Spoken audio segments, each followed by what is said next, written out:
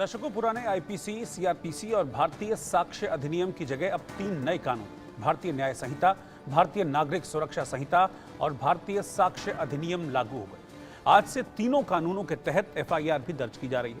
इन कानूनों को लेकर गृह मंत्री अमित शाह ने कहा कि आजादी के करीब 77 साल बाद हमारी आपराधिक न्याय प्रणाली पूरी तरह से स्वदेशी हो रही है। उन्होंने कहा कि अब दंड की जगह न्याय होगा।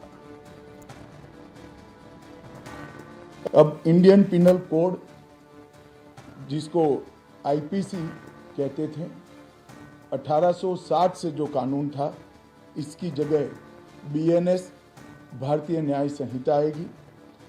क्रिमिनल प्रोसीजर कोड, जिसको सीआरपीसी कहते थे, जो 1898 से अमल में था, इसकी जगह भारतीय नागरिक सुरक्षा संहिता बीएनएस आएंगे। और इंडियन एविडेंस एक्ट 1872 से जो इस देश के क्रिमिनल जस्टिस सिस्टम को गवर्न करता था, इसकी जगह भारतीय साक्ष्य अधिनियम बीएसए लागू होगा। तो बीएनएस, बीएनएसएस और बीएसए के लागू होने से पूरी न्याय प्रणाली का आपराधिक कानूनों की पूर्णतया इसके अंदर हम कह सकते अब भारतीय आत्मा है। इसके ढेर सारे प्रावधान ऐसे किए गए हैं जिससे कई समूहों को फायदा होगा।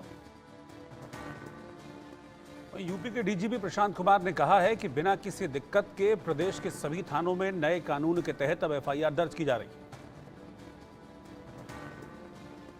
पूरे देश में आज से नया कानून लागू हो गया है, यानी दंड संहिता से न्याय संहिता की तरफ। हमारे साथ बातचीत करने के लिए उत्तर प्रदेश के डीजीपी प्रशांत कुमार साहब हैं। सर, आज से नया कानून लागू हो रहा है, पहली एफआईआर भी दर्ज हो गई, कई एफआईआर दर्ज हो रही। हाँ, आज 1 जुलाई 2024 से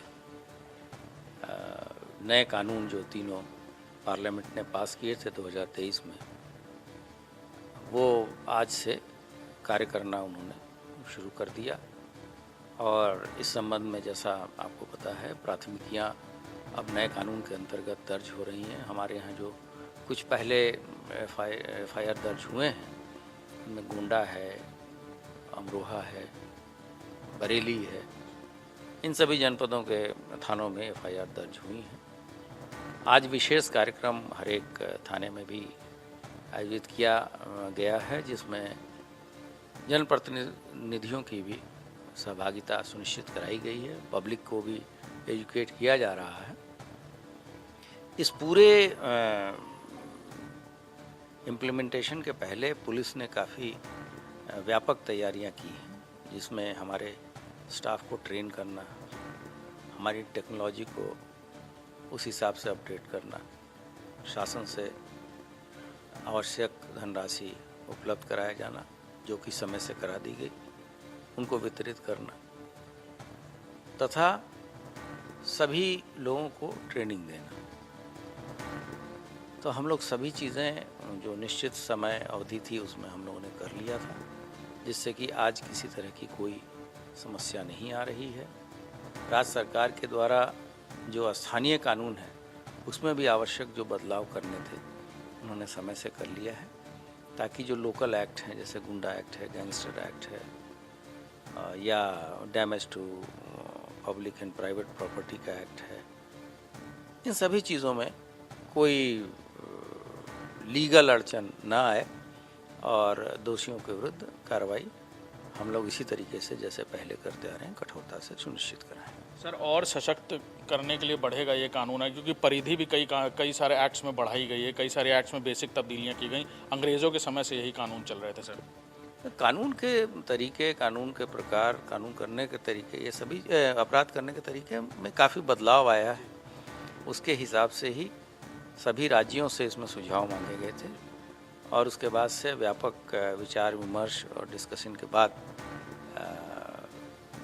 इसमें ये नए कानून पार्लियामेंट में डिस्कशन के बाद बने हैं, और मुझे लगता है कि इसके काफ़ी अच्छे सुखद परिणाम देखने को मिले। सर, पहला जैसी एफआईआर दर्ज हुई, आपने खुद भी बहुत एंथुसियास्टिकली अप्रोच करके बताया कि हाँ पहली एफआईआर दर्ज हो गई, अब दूसरी दर्ज हो गई। जी हाँ, नहीं, ये एक उत्सुकता प्रेस के बंधुओं को थी तो उनको ये बताया गया कि हम लोगों ने दर्ज किया है और अब किसी को भी उत्सुकता रहे कि इतना बड़ा बदलाव देश में आया है, प्रदेश में आया है, तो और हम लोग भी ये काफ़ी पूरी तरीके से तैयार है। हमारे सारे नोडल अफसर अपने अपने विभागों में बैठे हैं कि किसी तरह की कोई तकनीकी गड़बड़ी इसमें ना आए और हमारी तैयारी इतनी अच्छी है कि अभी तक कहीं कोई दिक्कत नहीं आ रही। हमारे साथ बातचीत करने के लिए उत्तर प्रदेश के डीजीपी प्रशांत कुमार थे, जो बता रहे थे कि नए कानून के ज़रिए न सिर्फ और सशक्त इम्प्लीमेंटेशन होगा लॉ एंड ऑर्डर का, बल्कि इसके ज़रिए जो अंग्रेज़ों के ज़माने से आ रहा कानून की परिधि, क्राइम करने का तरीका बड़ी तादाद में बदला है, लिहाजा ये सशक्त कानून मदद करेगा लोगों को न्याय दिलाने के लिए। कैमरामैन अरशद के साथ अभिषेक सिंह।